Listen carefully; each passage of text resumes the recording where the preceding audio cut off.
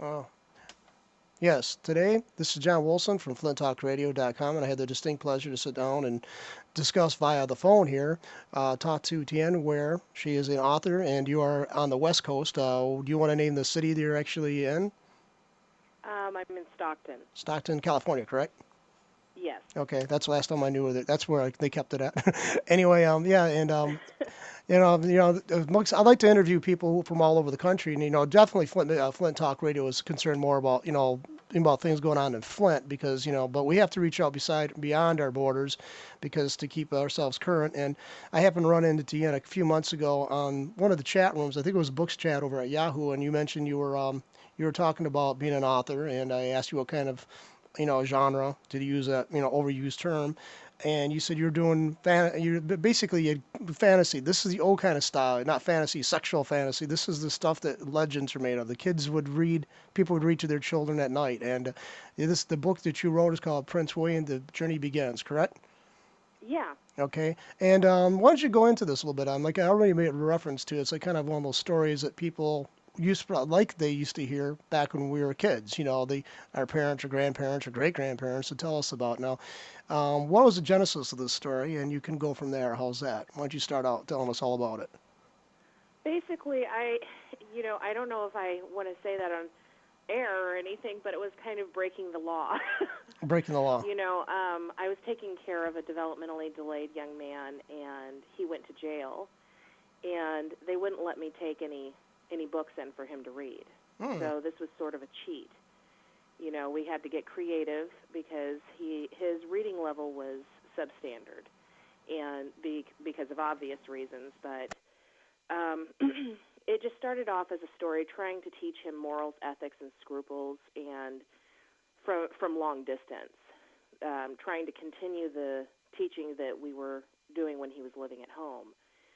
So um, that's just kind of how it started off, and it just escalated from there to hopefully reaching a large group of um, young readers that'll encourage them to expand their vocabularies and try to understand some of the more philosophical portions of it. That seems to be like a problem with children today. I mean, they don't seem to be getting any kind of ethics, morality taught to them.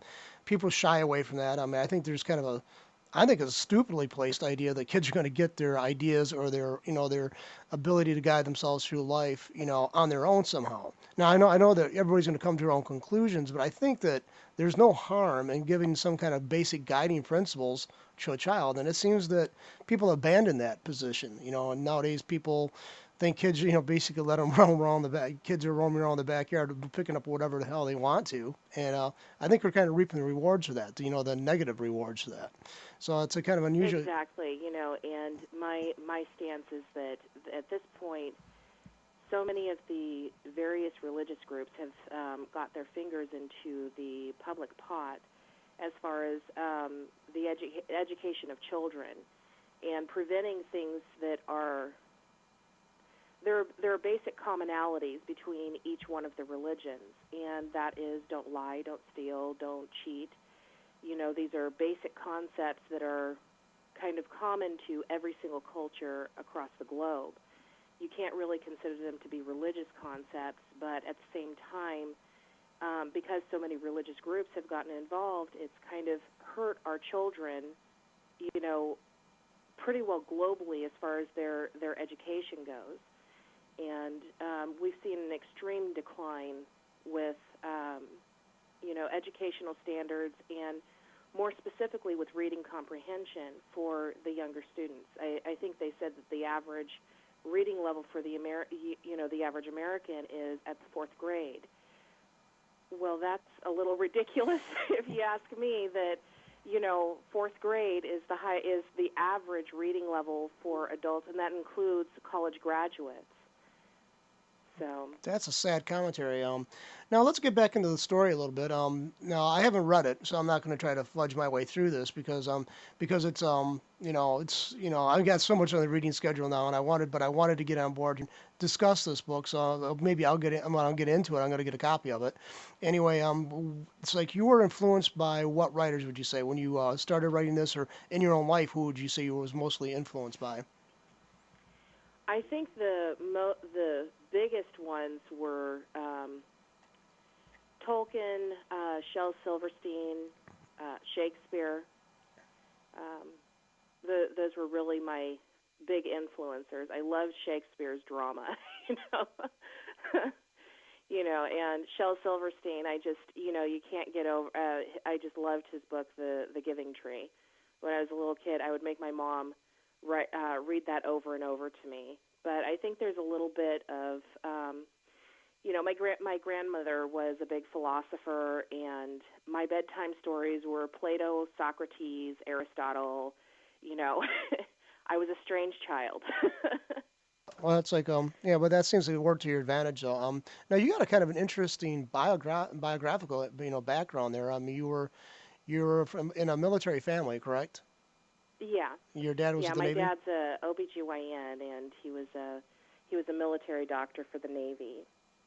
and so did because of that, were you considered like the military, quote unquote brat kid? You know, different ports, different towns, different countries. What? Oh, absolutely. I honestly, I think that's kind of why I got into writing because we really didn't have, I didn't have constant contact with regular people. So it's like every 6 months, 6 months to a year, we would be moving. So I had to kind of make up my own imaginary friends. Now, did you have And siblings? that's really where the first writing started, was just basically in my head. So did you have siblings along with all this path here? I mean, different towns. Did you have siblings to kind of keep connected to, or? Yeah, I had a sister, and so it was basically just me, my mom, and my sister. That was really my only contact with other people. At least with somebody else sort of my age.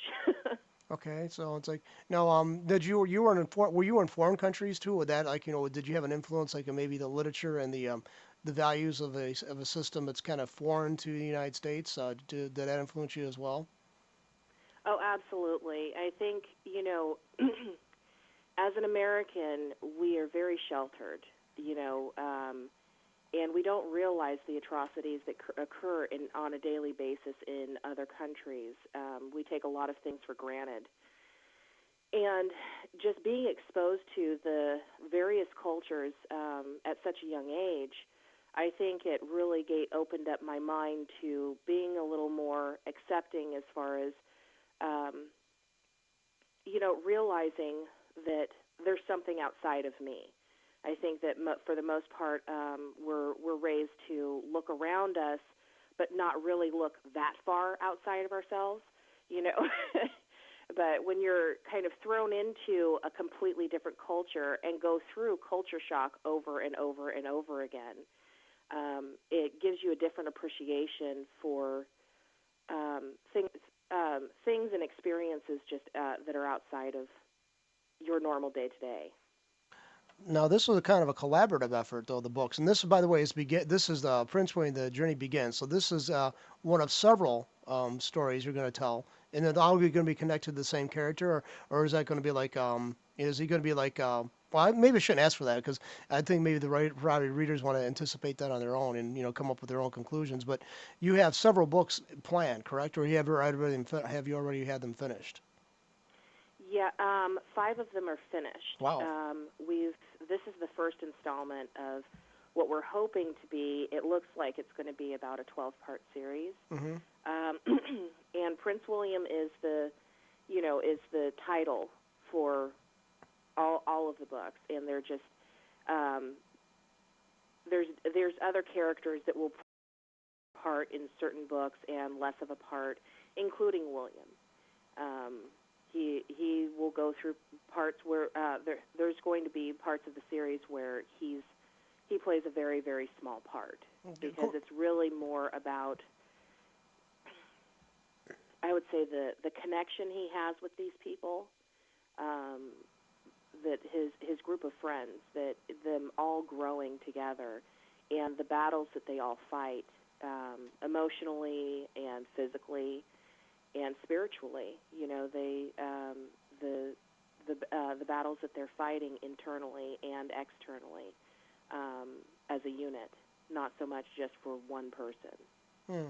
So basically, a lot of your characters too. Would you say they're going to be kind of idealizations of like types of people, mentality, person, worldviews, or are they truly, flawed, just flawed humans? So you're not making. Do you make your characters representative of certain types of mindsets, or are they just flawed humans like we all are? I've tried to make them as real as possible. I think each one of us has, great, great attributes, and we all have flaws. And for somebody to really identify with a character, they have to be sort of a flawed individual, because we look at ourselves and you look in the mirror and you see every single flaw that you've got. So, in order to identify with this character, you have to have something a little more real. Hmm. So I tried to build them all so that they have um, little issues. Some of them are big, and hopefully that'll make it easier for people to identify. So and now it's like the different. Of course, the story's got to go on. There's got to have some kind of you got to have some kind of events going on. So is this basically kind of an epic thing? Would you think, or is it representational of everyday trials and tribulations we may all face? This is um, it's symbolic Okay, that's of okay. the everyday trials and tribulations that we face. We walk out into the world and we're in a battle.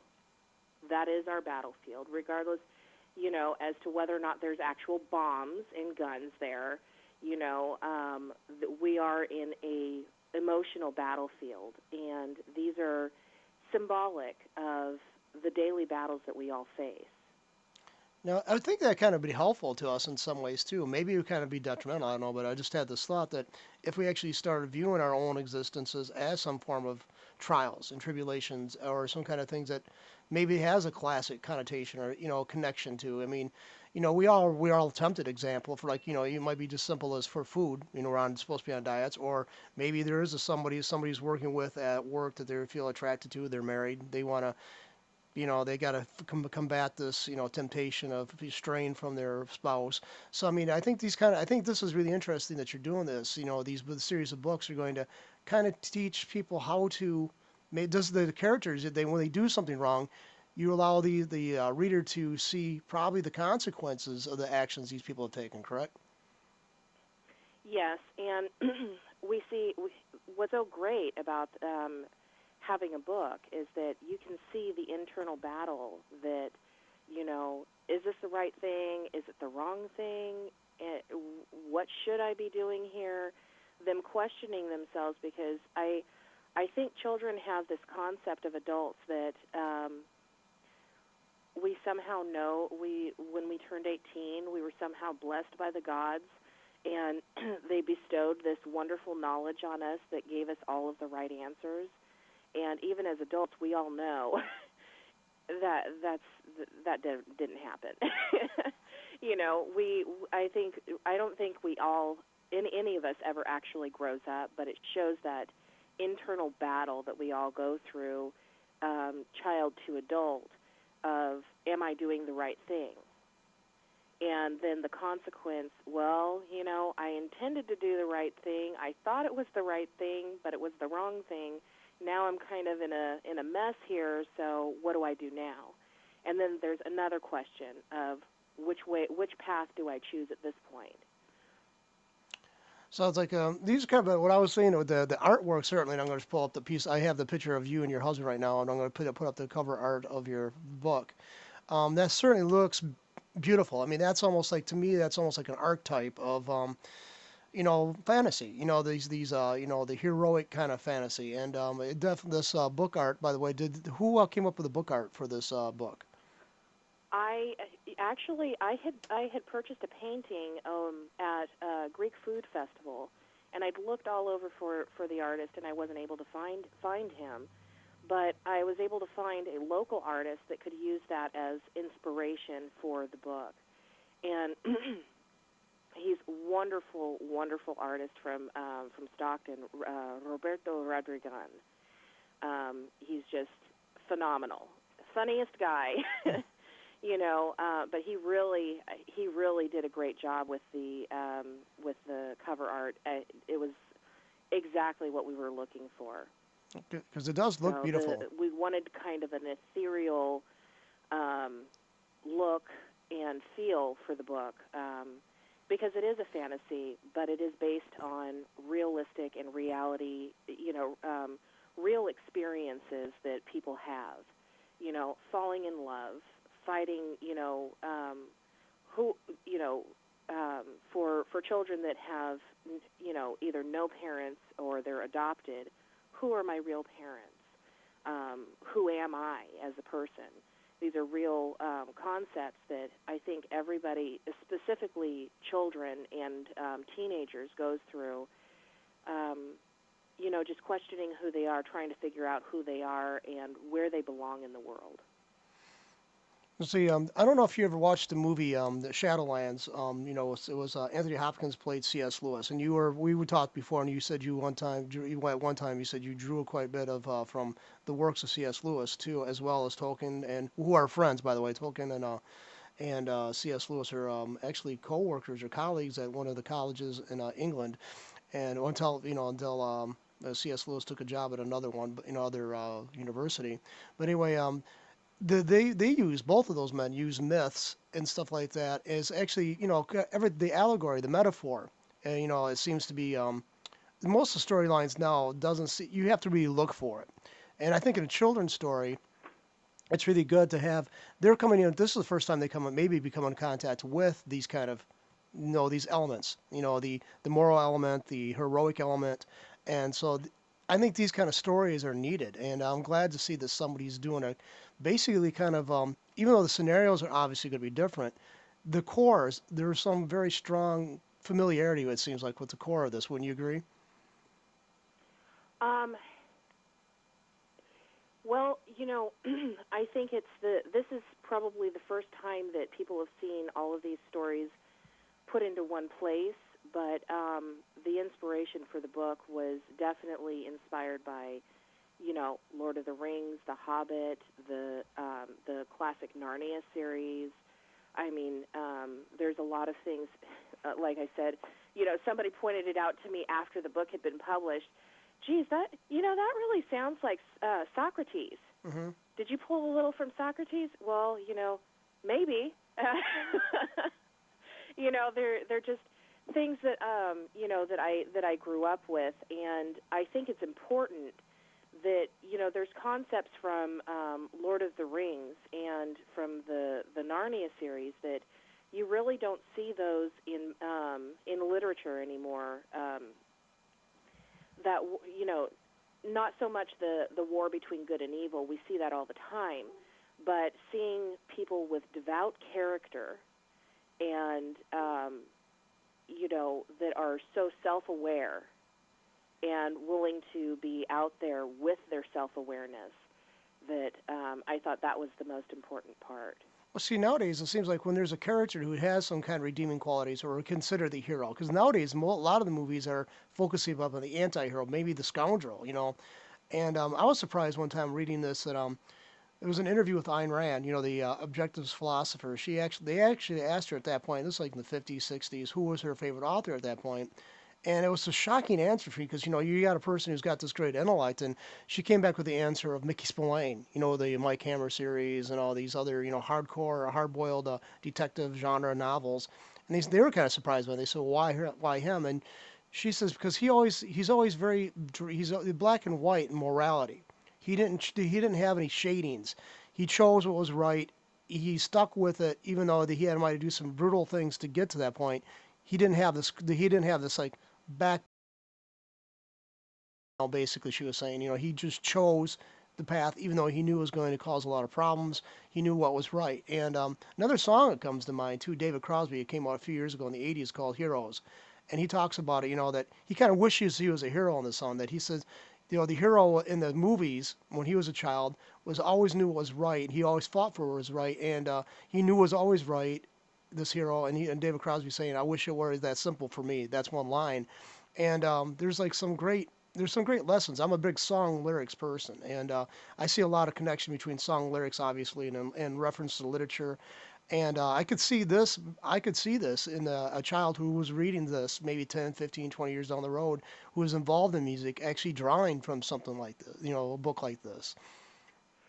Yeah, and yeah, and it's really difficult because so many of the books that are out right now is where the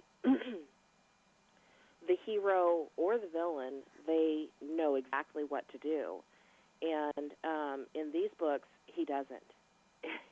He really, really questions, and sometimes he makes the right decision, sometimes he makes the wrong decision, but he makes his own decisions through the book. And one of my favorite parts of the book is actually his communication with the sorceress, that he's demanding for her to tell him. He wants to know the truth. And he wants her to just give him the answers. And she responds to him with, I can give you my answers, but they're based on my knowledge and my perceptions of the facts.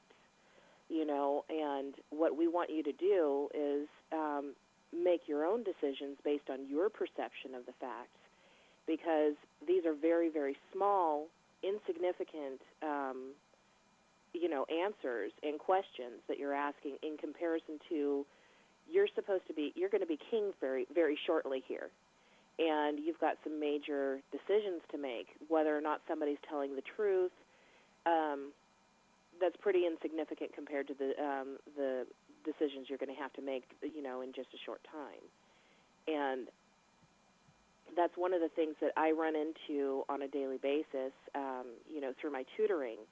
I have young students that I tutor, and they they want you to give them the answers, and they're so fresh and green, and you know it would be so easy to just hand them this big huge answer map and turn them into a carbon copy of yourself. You want them to become their own person and be able to make those decisions when you're gone, because you can't be there with them 24 hours a day, 7 days a week. Eventually, they're going to be in a situation where they're going to have to make these decisions themselves. And you really, really want to emphasize them making those decisions now, today, while they're in a controlled environment that you're in control of. You know that they're safe. You know that that they're not in any real danger. But it's not very long before they're going to be in real danger and have to make these decisions themselves. You know what's sad is like see, I worked 9 years as a probation caseworker, and I was like I was a young guy myself. I was like right out of high school when I first got my first case, and I was talking to a grandfather of one of the kids because the father was absent in this family. Like, it's really common here.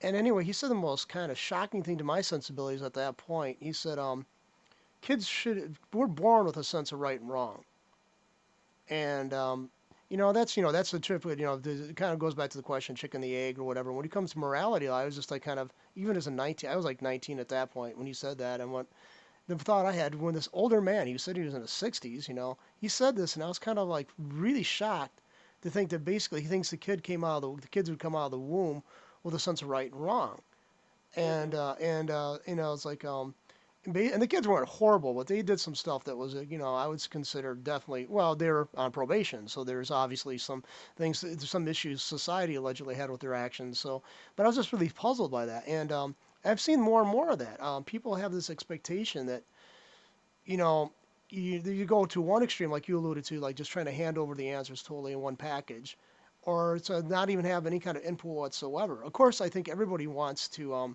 see a kid turn out right, I can't say that either because I've seen actually indication there are people who really just don't care. But I think people have the excuse expression. I think children have to be carefully taught, and I think that's what I know this sounds like an old conservative harangue, talking about lack of morals and the good old days, but there does seem to be kind of an eroding of parental responsibility, and maybe you already alluded to it too during the course of this interview about your role as a tutor and other instances where people seem to kind of be dropping the ball when it comes to trying to imparting some kind of direction, some kind of wisdom to their offspring or to the people, to children around them.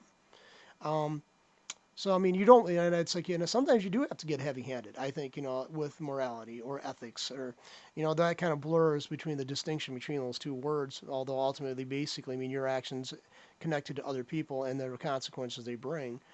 Um, what would you say that you personally would like to say to the leave with an impression, leave the impression with people of what where would you actually like to look back in 15, 20 years after these books are released or in the hands of children? What would you think would be the greatest kind of compliment paid to you down the road? Do you like to see happen?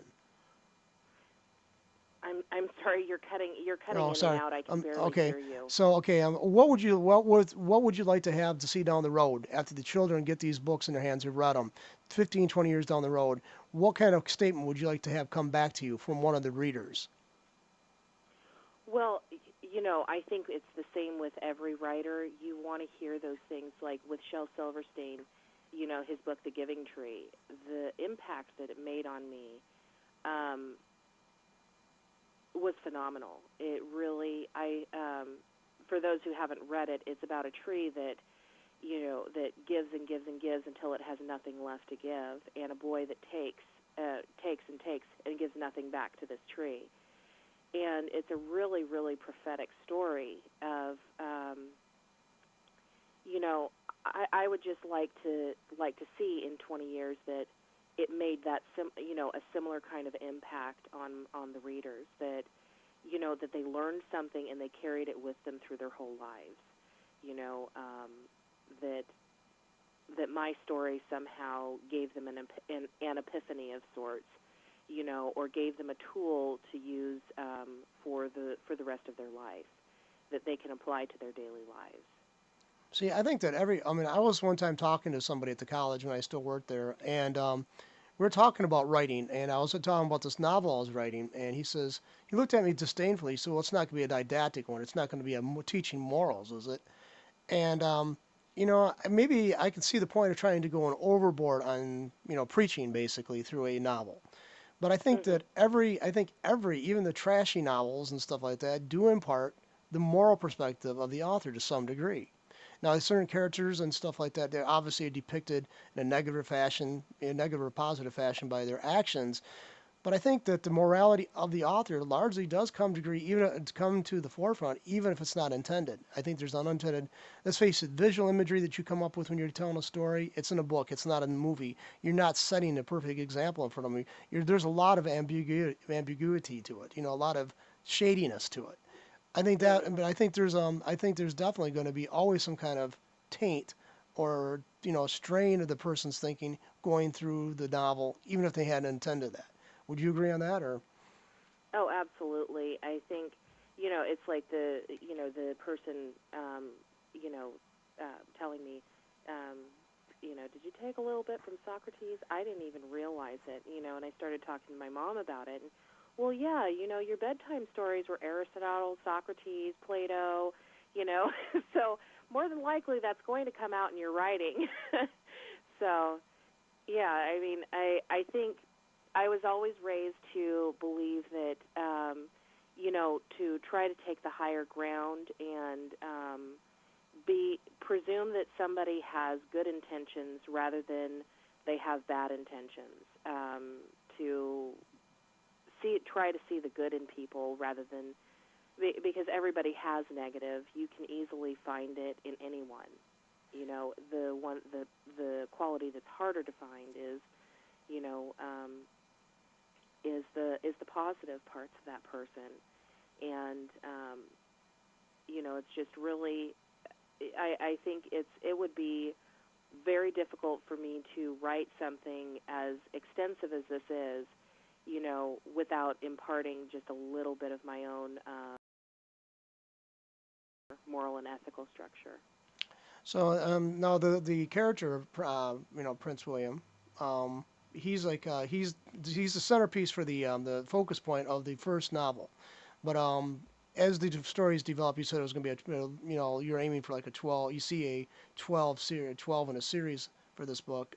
These books. And it's obviously you already said that he's going to kind of take a lesser role in the upcoming stories, and I think that's true for I mean, for our leaders in the real world, our own family members. I mean, our parents sadly die. They were a central focus in our life, and then they pass away. That happened to me. But Mhm. it seems like there's always going to be references to the other major characters of the other stories. I mean, that's almost a given. You almost have to do that to keep the continuity going. And I'm looking forward to seeing the first book. The first book gets readership built up, and that's one of the reasons why we want to do this interview because, like I said, I wish I had read the whole thing and stuff so I could have been more knowledgeable about it. But I'm just intrigued by the concept of it because the I think which is it's sorely needed. Your aim is definitely on target here. I mean, to teach people not only the vocabulary, which is got to be built up, in a young child, but as well as the moral and ethical considerations that seem to be kind of. I mean, it's I know conservatives always like are getting accused of want to point back to a golden era that never existed in human society, but come on, we have younger and younger children committing horrible crimes in this country. School shootings, which were I mean they're appalling. I went to horrible schools. Nobody I ever knew ever had the thought of taking a gun to school and killing anybody. And Mhm. it seems to be a degrading of society. And I know a lot of the more liberals or the more humanistic thinks that we're just getting better and better. Well, I can't agree with that position. I really can't, because I think there's just the self governance that people used to exercise over themselves seems to largely be diminished and actually not expected. And I think you got to have an expectation of people being able to make proper decisions to have a free society. When you don't have that, you're going to have a less free society. And I'm a libertarian. I believe in few little government as possible. What kind of would you say? Kind of what political perspective would you say Prince William and the other people here? Is there like a kind of political archetypes or anything like that represented in this novel? Well, really, it's the only political stance that I really took as far as current day is knowledge is power, and to gain as much knowledge, don't trust because somebody says so. That must be true. You know, investigate it, find out for yourself, do your own research, and then make your own decision. It doesn't matter what the masses are saying. It's you kind of look at um, Hitler.